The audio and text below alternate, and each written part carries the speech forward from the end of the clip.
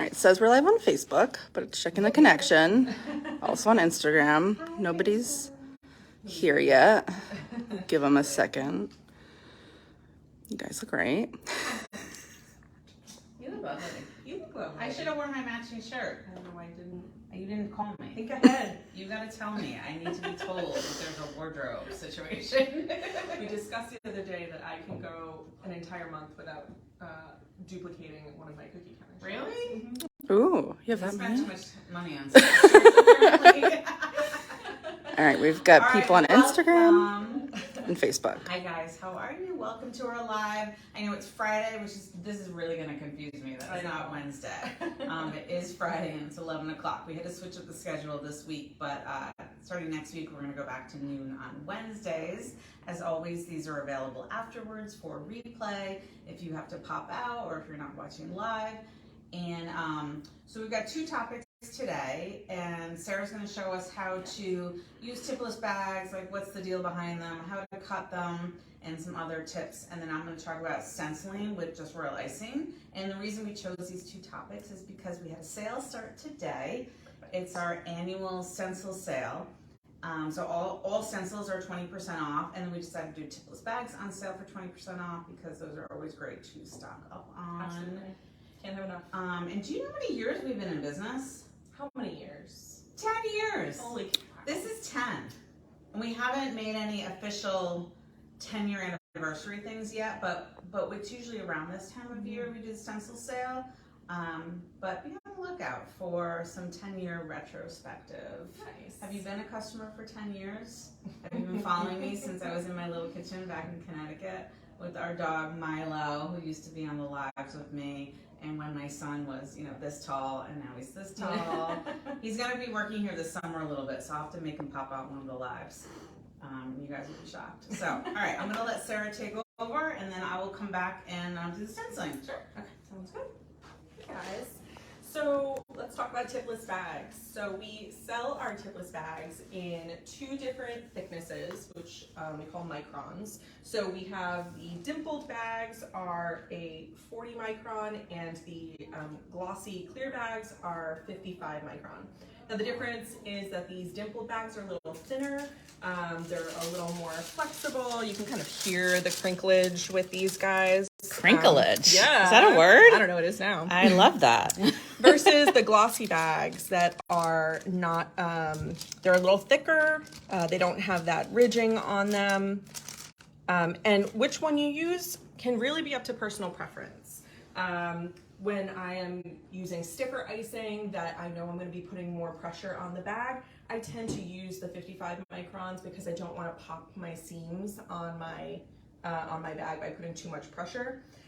If I'm flooding, I tend to go for the 40 micron bags. I just find them a little more flexible and easier on the hand for piping. But again, it's total personal preference. Now in the 40 micron, we carry them in 8-inch bags and 10-inch.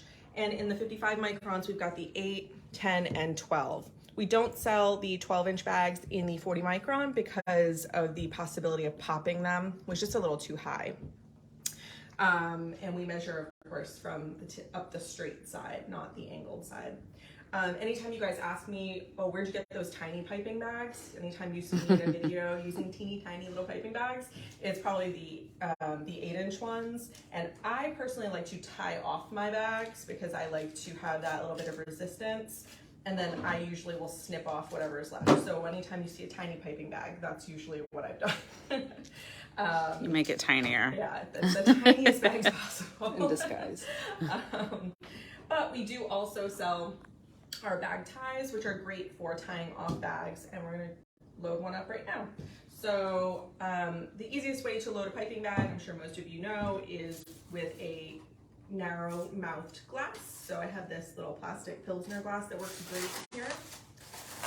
And I'm going to take a bag and flip it inside out. Once you flip it, pop that right into your glass. And you're not flipping it completely. I'm not. I'm just giving that. myself a little bit of a hang space so that way it'll hold space. on. Hang space and Listen, you are I love it. I'm mocking my vocabulary. I'm not mocking it. I'm enjoying it, Sarah. And then I'm gonna just scoop this right in, and now I've got this nice ledge that I can scrape my icing right off on. If you guys have any questions, feel free to put them in the comments and we will relay them to Sarah. Perfect. Okay, so now that I have that icing loaded, I can lift up what was hanging on the outside of the bag. And now I've got a nice clean area to work with, which is nice. And then if I squeeze it down, it can only go so far because air is trapped in here. So I use the very professional, and you can only find this method in the fanciest baking schools, to this. Perfect. Pop that air I was bubble wondering right what she up was going to the do. top.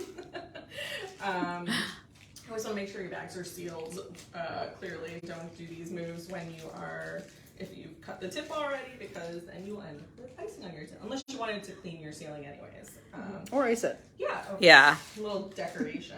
All right, so I'm going to take my bag tie. And show them how to use this because it's almost counterintuitive. It doesn't actually go, the bag doesn't go through it. Right. So a lot of times people will tie it off like a hairband almost, like a hair elastic, but really you just want to pop this right over So you that. wrap it around. Right and over that little guy, and then you'll just pull it tight. Lisa is asking, where can we get those plastic cups? So we don't sell them. I know I have my own personal favorite plastic cup that is only for, yeah, so I think everybody gets their favorite. Again, I'm just show this one more time. Yeah. It's just like a plastic So something filter. that's just narrow and tall works great. And mine is plastic also instead of glass, but At home, I use my kids' cups. So you may find cups in like the children's wear sections of like a Walmart or Target. Target has those cups for like 50 cents Yeah. for, those would Skinny probably be good. ones, Yeah. So that's what I use, but anything narrow mouth will work. All right. So, and then personally, I don't like having all of this hanging off. I find that a little bit distracting if it's hitting me. So I personally would cut this just to be able to manage my bag a little bit better. okay. Now, to cut your tipless We're gonna get real close. Absolutely. So to cut your tipless bags, you want to bring the one seam that's on the bag to the front or to the back, I guess, either, it doesn't matter. And I like to force the icing forward just so I know exactly what I'm dealing with for the tip, and so that I'm not flattening the bag so much. But then take a nice sharp pair of scissors. If you use dull scissors, you're gonna wreck your bag before you even getting ready. So you're gonna like kind of smush it a little bit, and you're gonna go straight across the tip. Now, how big I cut this hole is gonna determine the size of my piping. So this is probably closer to like a 2, I would say, maybe 1.5, 2. I can go bigger, certainly. If I was flooding, I would certainly cut this bigger, but this would be like a good outline width for that. Now, if I'm done with my with this particular bag, I'm gonna pop a piping tip clip holder right on there. And we do sell those. We do, so that way nothing oozes out.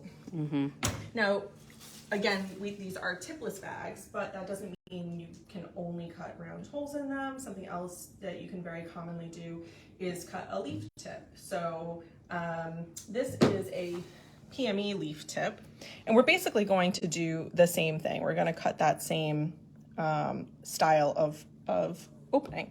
So you're going to take your piping tip in the exact same way, and I'm going to come in here and with my very sharp scissors, I'm going to snip a V.